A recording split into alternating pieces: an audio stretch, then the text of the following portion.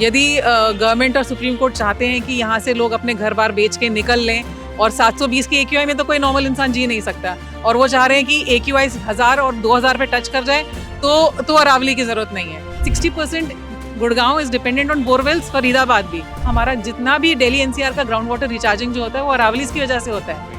ये दिल्ली के अंदर और सीमेंटेड गुड़गांव और सीमेंटेड दिल्ली के अंदर हमारा ग्राउंड वाटर रिचार्ज नहीं हो रहा है। दीवार बनाओगे तो आप 100 मीटर कह सकते हो, पर एक पहाड़ी को तो नहीं कह सकते। इलीगल माइनिंग भी हो रही है, डीप होल ब्लास्टिंग्स हो रही है, पूरी पहाड़ियां की पहाड़ियां क्रम्बल करके नीचे आ गई हैं। आसपास के गांव के लोगों की घरों में क्रैक्स आ गए हैं, कुएं सूख रहे हैं, है ना। अरावली को वर्ल्ड हेरिटेज साइट, यूनेस्को का वर्ल्ड हेरिटेज साइट डिक्लेयर करो, जैसे western Ghats world heritage site है। सिमिलरली अरावली भी हमारे लिए उतनी जरूरी है।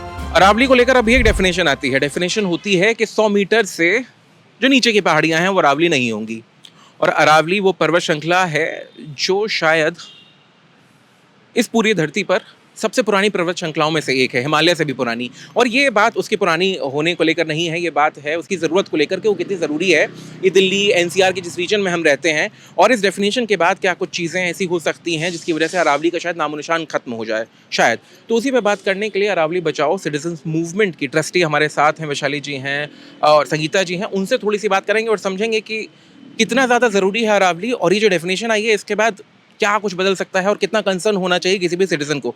Ma'am, first of all thank you so much, आप दोनों लोगों ने समय दिया।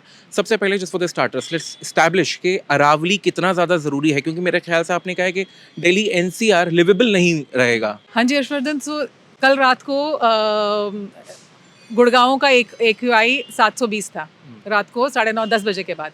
तो ये जब अरावली है तब ये AQI था। तो यदि अरावली नहीं रही तो आप सोच लें कि दिल्ली NCR गैस चैम्बर बन चुका है।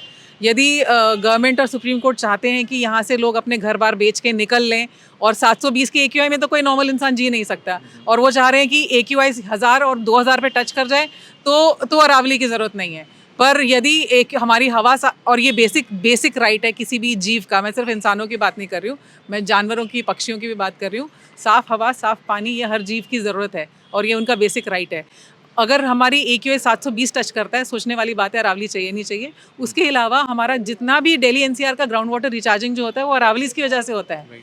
ये दिल्ली के अंदर और सीमेंटेड गुड़गांव और सीमेंटेड दिल्ली के अंदर हमारा ग्राउंड वाटर रिचार्ज नहीं हो रहा है।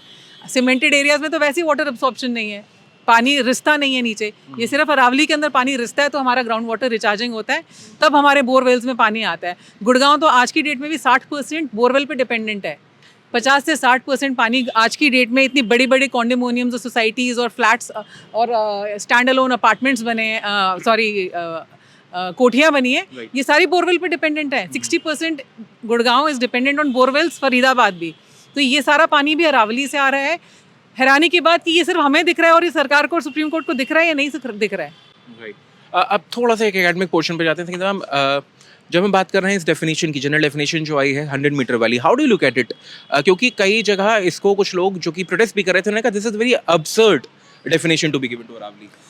आप एक नेचुरल चीज़ की डेफिनेशन कैसे कर सकते हैं हिमालय की? बिकॉज वो कोई आदमी ने बनाया नहीं है, वो नेचर ने बनाया है। तो नेचर ने बनाया तो उसकी एज नेचुरल फॉर्मेशन हुई है। अब इतने बिलियन ईयर्स से वो कैसे फॉर्मेशन हो रही है, कैसे उसमें बढ़ रहा था, पहाड़ी बढ़ रही, मट्टी बढ़ रही, पत्थर बढ़ रहे हैं, पेड़ बढ़ रहे हैं, जानवर आ रहे हैं, उसको आप एक हाइट के साथ कैसे डिफाइन कर सकते हो? आप एक दीवार बनाओगे तो आप 100 मीटर कह सकते हो, पर एक पहाड़ी को तो नहीं कह सकते कि ये वो इक्वालिटी नहीं है, वो उस एरिया के साथ इवॉल्व हुई है। आप उसको नेचर के साथ किसी प्रोटेक्शन के लिए इवॉल्व हुई है। अगर आप उसको अब हटाएंगे तो वो जो प्रोटेक्ट कर रही थी, वो नेचर ने किस कारण से बनाया था हमें मालूम नहीं है। मालूम तो हमें है कि वो हमें प्रोटेक्ट करती है, हमें हमेशा वो लाइफ को प्रोटेक्ट करती है। Nature is the smartest more than human being. तो वो जो कर रही है उसका काम जब खत्म हो जाएगा तो जो प्रॉब्लम्स आनी है वो तो आएंगी आएंगी। अभी ऑलरेडी थार डेजर्ट तो धीरे धीरे एडवांस हो रहा है। आपके बीच में 30 एक पहाड़ियाँ तो उड़ चुकी है एक डिस्ट्रिक्ट में राजस्थान के। तो वो आप हमारे जब भी डस्ट स्टॉर्म्स आते हैं, हमारे को रेती आती है गुड़गांव में, तो रेती कहाँ से आ रही है? थार डेजर्ट से आ रही है। जो गर्मी क्यों बढ़ रही है वहीं से आ रही है। आपके जो तेज़ हवाएं आ रही हैं, आज एक और पॉइंट है कि जो अरावली है वो एक दीवार है जो आगे जाके शिवालिक को वो हवाओं का जो रुख है, वो जो स्पीड है उसको रोकती है। आज ये अरावलीज हट गई तो ये सीधा शिवालिक को हिट करेगी। तो आज ऑलरेडी आप देख रहे हैं उत्तराखंड में फ्लड्स हो रहे हैं, क्योंकि वो क्लाउड्स आते हैं, वो अब इधर हिट नहीं करते, यहाँ बारिश नहीं होगी, यहाँ तो डेजर्ट हो गया, वो आगे जाके सारा जोर जाएगा शिवालिक्स पे, फिर उधर की मिट्टी तो वैसे ही फ्लड्स और प्लेन्स उसमें जो आ रही है नीचे, वो तो अब हो ही रहा है, हो रहा है। तो सर आप जो देख रहे हो कि मतलब आप खाली अरावली नहीं खाली डैमेज करोगे, आप अरावली के साथ साथ शिवालिक्स को भी, उत्तराखंड को भी डैमेज करो, तो आप बेसिकली पूरा नॉर्थ एरिया को डैमेज कर रहे हो with just one change of definition. क्यों हो रही है? क्योंकि वहां से माइनिंग चाहिए उनको, माइनिंग चाहिए और रियलिटी चाहिए, दो चीज़ों को, पर वो उसका फायदा क्या है वो आप मैं बिल्कुल देखिए। इसी पे आना चाहता था, मैं इसी पे आना चाहता था, क्योंकि जैसे मैंने बोला कि by the due discourse of time Aravalli की जो पहले हाइट था वो भी कम होता चला गया, तो आने वाले टाइम में वही जो वेदरिंग होगा, इरोजन होगा, उससे और भी कम हो सकता है। तो एक तो रहा फैक्टर है जो कि नेचुरल है, मगर उसके अलावा जो माइनिंग वाला फैक्टर है, इलीगल माइनिंग का, उसको लेकर अभी बयान भी आया, जो मिनिस्टर हैं, एनवायरमेंट मिनिस्टर, उन्होंने कहा कि कोई भी माइनिंग नहीं हो रही है, सुप्रीम कोर्ट का भी यही रुख है। तो मैं how would you look at it and how would you like state it? कोई भी माइनिंग कहाँ नहीं हो रही है? मैं मंत्री जी से ये पूछना चाह रही थी कि कोई भी, देखो लाइसेंस माइनिंग तो हो रही है, पर जो इलीगल माइनिंग हो रही है वो लाइसेंस माइनिंग साइट्स पे ही बहुत भयंकर किस्म की इलीगल माइनिंग हो रही है। उसके अलावा इलीगल माइनिंग भी हो रही है, डीप होल ब्लास्टिंग्स हो रहे हैं, पूरी पहाड़ियाँ की पहाड़ियाँ क्रम्बल करके नीचे आ गई हैं, आसपास के गांव के लोगों की घरों में क्रैक्स आ गए हैं, कुएं सूख रहे हैं। चरखी दादरी में चले जाइए, अब गुढ़ाना करके गाँव है, उस गाँव में 16 कुएं सूख चुके हैं, और ये सारी रिपोर्ट्स वहाँ के डीसी के पास है, ये मैं कोई नई बात नहीं बता रही हूँ। वहाँ के गाँव वालों के घरों में क्रैक्स आ चुके हैं, और ये चीज़ें हमने, ऐसा नहीं है, हम सीईसी के ऑफिस के बाहर खड़े हैं अभी, और सीईसी में हमने ये रिपोर्ट 16 सितंबर को दी थी, तो सीईसी के पास ये रिपोर्ट है। हम लोग इलीगल माइनिंग्स को बहुत समय से रिपोर्ट कर रहे हैं अभी, इसलिए की रिपोर्ट जो थी उसको भी नहीं माना गया, उसकी रिपोर्ट को भी नहीं माना गया। प्लीज बताएं। उसकी रिपोर्ट, अब वो नहीं माना गया, वो तो यही बता सकते हैं सुप्रीम कोर्ट की वो रिपोर्ट को क्यों नहीं माना गया, और कमेटी की रिपोर्ट को क्यों मान लिया गया। रिपोर्ट में इन्होंने साफ बोला था कि अब वो जैसे उन्होंने उसमें कई डेफिनेशन, कई पॉइंट क्लॉजेस दिए थे कि कहाँ पे माइनिंग हो सकती है, कहाँ माइनिंग नहीं हो सकती। ये 100 मीटर की जो डेफिनेशन है, ये राजस्थान सरकार ने 2010 में सुप्रीम कोर्ट में सबमिट करी थी, और ये जो तब सुप्रीम कोर्ट ने 3 दिन में ये 100 मीटर की डेफिनेशन को खारिज कर दिया था, बोला था वापस जाइए। एक टेक्निकल एजेंसी जो है, साइंटिफिक टेक्निकल एजेंसी जैसे कि FSI है, आप इनसे जाके एक फ्रेश रिपोर्ट बनाइए, जहाँ जियो सैटेलाइट इमेजरी सर्वे सब कुछ होगा, फ्रेश रिपोर्ट लेके वापस आइए। 15 साल हो गए, 15 साल बाद दोबारा ऐसी क्या ज़रूरत पड़ गई कि दोबारा ये 100 मीटर की डेफिनेशन लेके गए इस बारी, और इस बार सुप्रीम कोर्ट ने बोला कि हाँ ये डेफिनेशन मानी जाएगी। तो ये सोचने वाली बात है कि 15 साल पहले 2010 में जब ये रिपोर्ट सबमिट करी थी तब खारिज कर दी गई, पर 15 साल बाद अब जब ये रिपोर्ट दी गई तो इस मान्य क्यों हो गई? एक वो है, और दूसरा CEC ने जो अपनी रिपोर्ट सबमिट करी थी मार्च 2024 में, उसमें उन्होंने बहुत डिटेल में लिखा कि माइनिंग कहाँ नहीं होनी चाहिए, क्या क्या चीज़ें हैं, जैसे नेशनल पार्क्स के पास नहीं होनी चाहिए, वाटर बॉडीज़ के 2 किलोमीटर के दायरे में नहीं होनी चाहिए, अगर अब आप खदान के नीचे चले गए और वहाँ पे पानी नीचे से निकल के आ गया तो माइनिंग तभी के तभी रोक देनी चाहिए।